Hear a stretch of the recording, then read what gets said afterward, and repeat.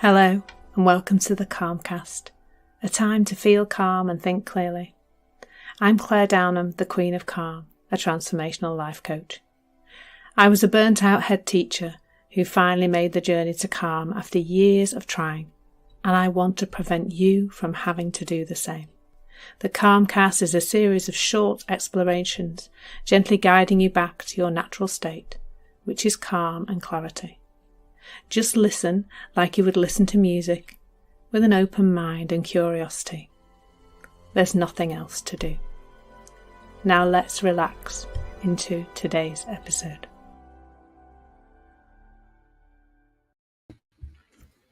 So today, limitation to liberation by transcending thought patterns. And again, we're exploring this from a three principles perspective. I'm always exploring from a three principles perspective, but I keep wanting to say that because quite often, like I do a lot of business networking, people will think that what they do is like what I do, or they'll think it's like something else they've come across before. So I've been one today, and the hypnotherapist said that he did something similar to me, and so did the NLP person.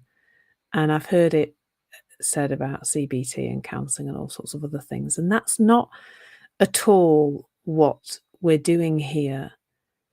Really, the fundamental difference is that we're not actually doing anything. Like, the invitation is never to do anything. Sometimes I'll tell you about my about my doings. It makes me laugh. About the things that I do, I will tell you about those as examples of what happens when you start to see your psychological experience differently. But it isn't me telling you what to do, and it isn't me doing something to you either. It's me teaching you something, which I do through these podcasts, through my content on Insight Timer, through my programs and things like that. Like, it's all pointing in the same direction. And the liberation is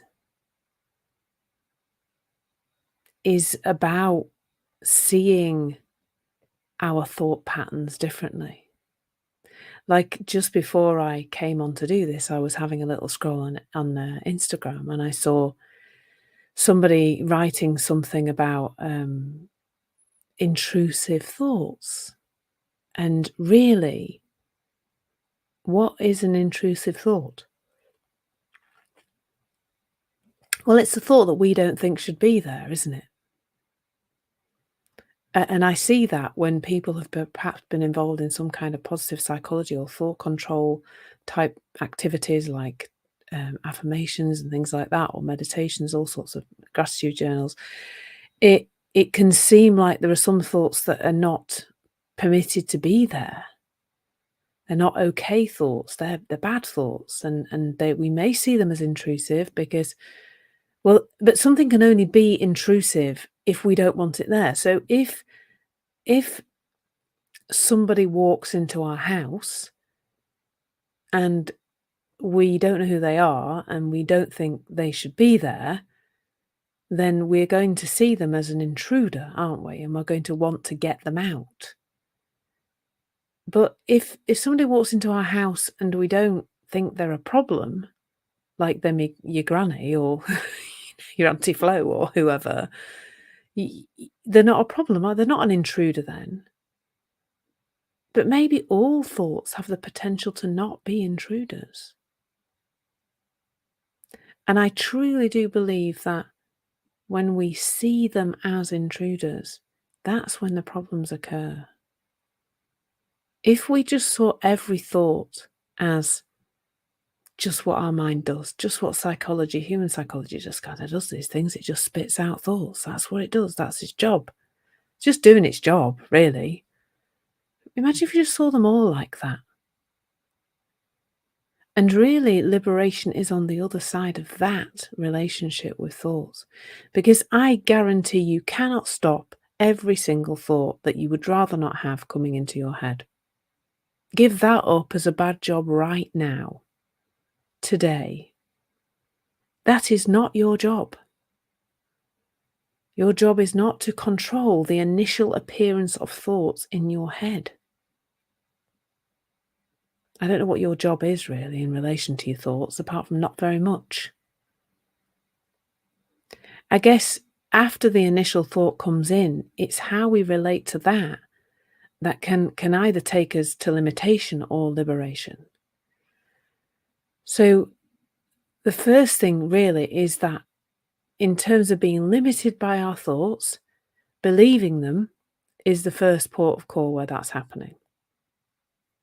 Earlier on, I was on a networking event. We were talking about how the first thought we have that's inspired, the intuition, the gut instinct, whatever you want to call it, can come in with the most phenomenal ideas. And then seconds later, our thinking comes in and says, oh, no, no, no, no, no, you can't do that.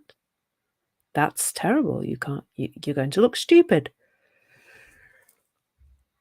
How can that possibly work? Nobody will want that. You're not clever enough for that. You don't know enough about that, or whatever, blah, blah, blah. And then we don't do the thing, do we? We're limited by our thinking. And really, in terms of transcending that kind of thinking, it's just about noticing that it's there. You know, I mention it often, but there's a beautiful piece of writing. It's Elizabeth Gilbert's Letter to Fear. I should probably have it with me and read it out sometimes in these sessions. Because what that letter really, so Elizabeth Gilbert's the lady who wrote Eat, Pray, Love, which was a lovely film with Julia Roberts in it. But the book itself is even better. I really recommend the book. And the book where she writes the letter to fear is called Big Magic. And that book really does speak to fear quite a lot and how it holds us back. But the letter to fear is absolutely beautiful. It's really, she says, creativity and I are going on a journey. This is just before she sets off on the Eat, Pray, Love story journey. And she says, we know you're going to come along, fear, because you just do that, don't you? Like, that's it. But this whole thing of transcending thought patterns, it is the transcendence is to have them still be there, not care. Because Elizabeth Gilbert says, fear, we know you're going to come because you're a bit of a blighter for that. You tend to come along, but you're sitting in the back. Creativity and I are sitting in the front. Creativity and I are controlling all the controls in the car, the radio, the temperature, the aircon, the satellite navigation, the steering wheel, the indicators. You don't, fear, you don't even get a vote. You don't even get to vote in this thing. It's nothing to do with you. You're not going to get to do that. And she said it with such love to fear because she says, I know you're trying to keep me safe here, but I don't want to play that game anymore. I don't want to do that. And so that letter really speaks to what I'm speaking about today, is that fear, and it is usually fear, it is trying to limit us. That's generally the most limiting thought pattern, isn't it? And when is it not fear? It's fear of judgment. It's comparison, which is fearful. It's fear of failure.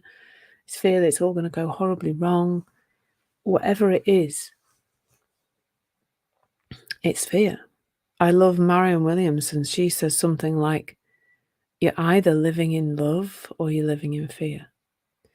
And all you really need to transcend all of that is awareness.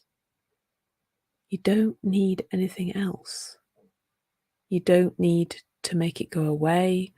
You don't need to view it as intrusive and try and manage it, because that's exhausting and that's not up to you.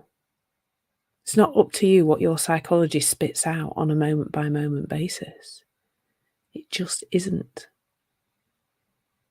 But you can start to bring some awareness to it. You can start to just notice, it's the difference between if we're seeing something as an intrusive thought, it's bad, we shouldn't be having it, it's the wrong kind of thought pattern, then we can immediately go into this kind of, oh my God, I shouldn't be having that. What do I need to do about it? How do I control it? And can you hear how that is not a nice energy, and it is a lot more thinking. Whereas when we go towards, oh yeah, that's just what a mind does. Human minds spit out utter rubbish in terms of thinking on a moment by moment basis. My story, I notice don't notice all my crazy stories. Some of them I totally believe a lot of the time. But sometimes I just notice what a ridiculous story that is that I'm thinking. It's a story. It's not the truth. It's a story. And when we start to see the story, the transcendence is a natural consequence of that, because the thought appears, it's a limiting thought, it's not a helpful thought. We notice that feels unpleasant in our body, and then we realise that it's therefore grotty. It's a grotty thought because it feels grotty. It's an untruth, that's why it feels bad. And more as we bring awareness to that, it just does not make sense to carry on with that thought, with that train of thought, with that pattern of thinking. Not because we're trying to force it to change, but just because we go, oh, that's just not going to feel good. That's what I find myself doing now. Now I know the suffering is coming from the thinking. Now I know the limitation of me is coming from thinking. I can spot those, we can start to spot those trains of thought, those patterns, and just choose. We start to choose from a different level of consciousness. That thinking does not look like fact anymore. And we choose to let it go. And that is powerful. Really, really powerful. And that is how we liberate ourselves. Not from forcing our thinking to change, not from looking at our thinking and thinking it's bad, intrusive, terrible thinking. Just by seeing that that's not who we are, just by seeing that that's our psychology doing a psychological thing. And you're not your psychology. You're so much more than that. That's a story. An old story at that. I'm absolutely loving this topic at the moment, this topic of revealing your potential. I've created a beautiful course on Insight Timer, which I hope you will take a look at, revealing your potential through the 3 principles.